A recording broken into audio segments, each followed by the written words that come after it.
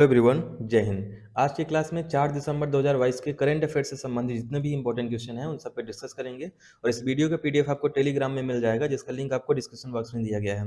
Video को start करने से पहले सभी से रिक्वेस्ट है, अगर आपने अभी तक चैनल को सब्सक्राइब नहीं किया हुआ है तो प्लीज़ सब्सक्राइब जरूर करें। बेल आइकन पर भी प्रेस कर सकते हैं जिससे आपको आने वाले सभी वीडियो नोटिफिकेशन टाइम से मिल जाए। तो चलिए स्टार्ट करते हैं। पहला क्वेश्चन इसमें है, हाल ही में किस राज्य के मंत्रिमंडल ने मानसिक स्वास्थ्य और सामाजिक देखभाल नीति को मंजूरी प्रदान किया है? ये प्रदान किया है मेघालय की सरकार ने।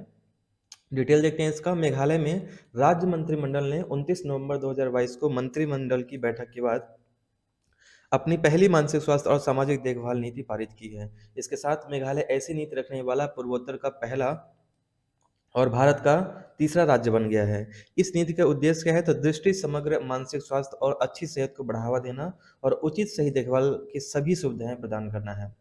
मेघालय की बात करें तो इसकी स्थापना 1970 को हुआ है। शिलांग इसकी राजधानी है। कॉनराड संगमा इसके मुख्यमंत्री हैं। एक सदनी विधानमंडल है जिसमें विधानसभा सीटें 60 हैं, राज्यसभा सीटें 1, लोकसभा सीटें इसमें 2 हैं। इसके आसपास के राज्यों में बात करें मेघालय की तो यहाँ पे मेघालय राज्य आता है। इसके आसपास राज्यों में असम, ठीक है, असम इसके आसपास आता है। और देश की बात करेंगे तो यहाँ पे आ जाएगा आपका बांग्लादेश, इसमें आ जाता है इसमें, ठीक है। चलिए नेक्स्ट क्वेश्चन पे आते हैं हम। हाल ही में किसे आईएनटीयूसी कर्नाटक के नए अध्यक्ष के रूप में नियुक्त किया गया है? तो ये किया गया लक्ष्मी वेंकटेश को। इसका डिटेल देखते हैं। तो भारतीय राष्ट्रीय ट्रेड यूनियन कांग्रेस की कर्नाटक शाखा ने डी लक्ष्मी वेंकटेश को अपना अध्यक्ष नियुक्त किया है क्योंकि निवर्तमान अध्यक्ष एस प्रकाशम का निधन हो गया। इसलिए वेंकटेश के साथ नए अध्यक्ष के रूप में तदर्थ समिति का पुनर्गठन किया गया है। हाल ही में किसने चेन्नई के पहले तटीय सुरक्षा शिखर सम्मेलन का उद्घाटन किया है? ये किया है गिरधर अरमानी ने। तो रक्षा सचिव गिरिधर अरमानी ने 1 दिसंबर 2022 को चेन्नई में भारतीय तटरक्षक द्वारा आयोजित पहले तटीय सुरक्षा सम्मेलन का उद्घाटन किया है। सम्मेलन में भारत, मालदीव, श्रीलंका और मॉरिशस भाग ले रहे हैं। थीम क्या है? Collaborate efforts for coastal security. CSC की शुरुआत 2011 में भारत, मालदीव और श्रीलंका के बीच एक त्रिपक्षीय समुद्री सहयोग तंत्र के रूप में हुई थी।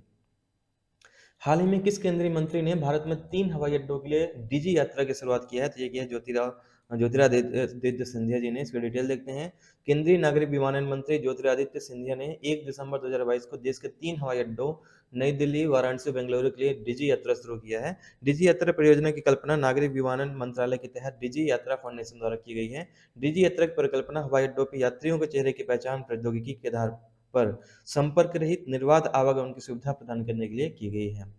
हाल ही में संस्कृति मंत्रालय ने किस स्थान पे स्वर्ग धरोहर महोत्सव का उद्घाटन किया है? तो ये किया है नई दिल्ली में। इसका डिटेल देखते हैं। संस्कृत मंत्रालय ने स्वर्ग धरोहर फाउंडेशन के सहयोग से 2 दिसंबर 2022 को नई दिल्ली में 3 दिवसीय स्वर्ग धरोहर महोत्सव का उद्घाटन किया। स्वर्ग धरोहर महोत्सव भारत की प्रतिष्ठित कला और संस्कृति को प्रदर्शित करने के लिए एक संगीत, कला और साहित्य महोत्सव है। स्वर्ग धरोहर महोत्सव का शुभारंभ मुख्य अतिथि मेहताब अली एवं पंडित ललित प्रसाद ने किया।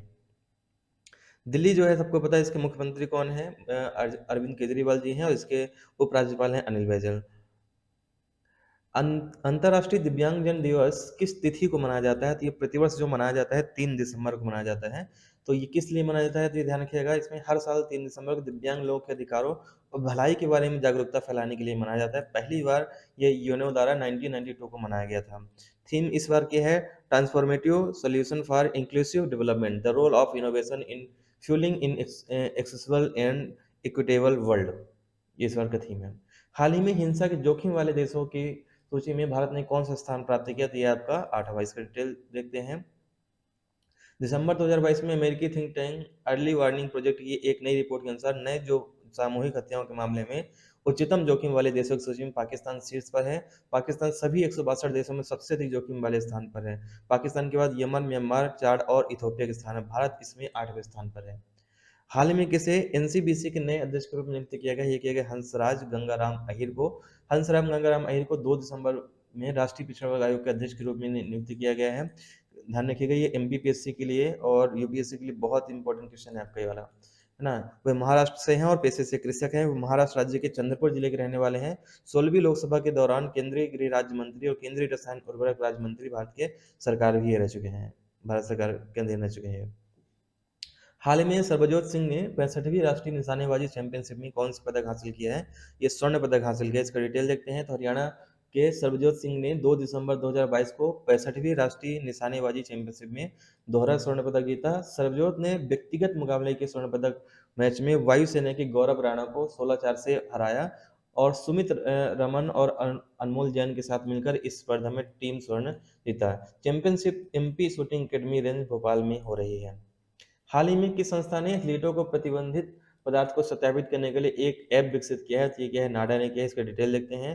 तो भारतीय राष्ट्रीय डोपिंग रोधी एजेंसी नाडा प्रतिबंधित पदार्थों वाले दवाओं को सत्यापित करने के लिए एथलीटों की सहायता के लिए ऐप विकसित कर रही है। नाडा इंडिया 20 डोप नियंत्रण अधिकारियों को विकलांग एथलीटों के नमूने एकत्रित करने में विशेषज्ञता संवेदनशील बनाने की प्रक्रिया में है। नाडा भारत में खेलों में डोपिंग नियंत्रण कार्यक्रम के समन्वय और निगरानी के लिए जिम्मेदार रही है। तो उम्मीद करता हूँ आज का करंट अफेयर आप लोगों को पसंद आया होगा। इसी तरीके से डेली करंट अफेयर वीडियो इस चैनल पे अवेलेबल हो जाता है और आज के डिस्क्रिप्शन बॉक्स में आप देखिएगा तो वहाँ पे मैंने पूरे जितने भी हमारे टेलीग्राम चैनल हैं उनके सभी की लिस्ट मैंने आपको डिस्क्रिप्शन बॉक्स में दिया है। साथ ही हमने यहाँ पे व्हाट्सएप ग्रुप के भी लिंक डिस्क्रिप्शन बॉक्स में दिया हुआ है जिसमें पटवारी के क्लासेस मंगलवार से आपकी स्टार्ट हो रही हैं इस चैनल पे। तो जिसमें मैथ का सबसे प्रीवियस क्वेश्चन सबसे पहले स्टार्ट करेंगे यहाँ पे, इसके साथ जीएस के क्वेश्चन भी स्टार्ट करेंगे। ठीक है, तो ये मंगलवार से स्टार्ट होगा। साथ में ही एक मंगलवार को, इस सोमवार को एक गुड न्यूज़ भी आपको इस चैनल पे मिल जाएगा। तो आप लोग पहले इस ग्रुप को जरूर ज्वाइन करिएगा सभी, है ना, जिससे आपको यहाँ बराबर पीडीएफ भी मिलता रहे आप लोगों को, करंट अफेयर का, जीके का, इन सब का पीडीएफ टेलीग्राम में भी आता है, व्हाट्सएप में भी आता है, लेकिन मैं बोलूँगा आप दोनों ज्वाइन करिएगा इसमें, है ना। तो मिलते हैं इसी तरह एक नए वीडियो में, तब तक के लिए धन्यवाद। जय हिंद।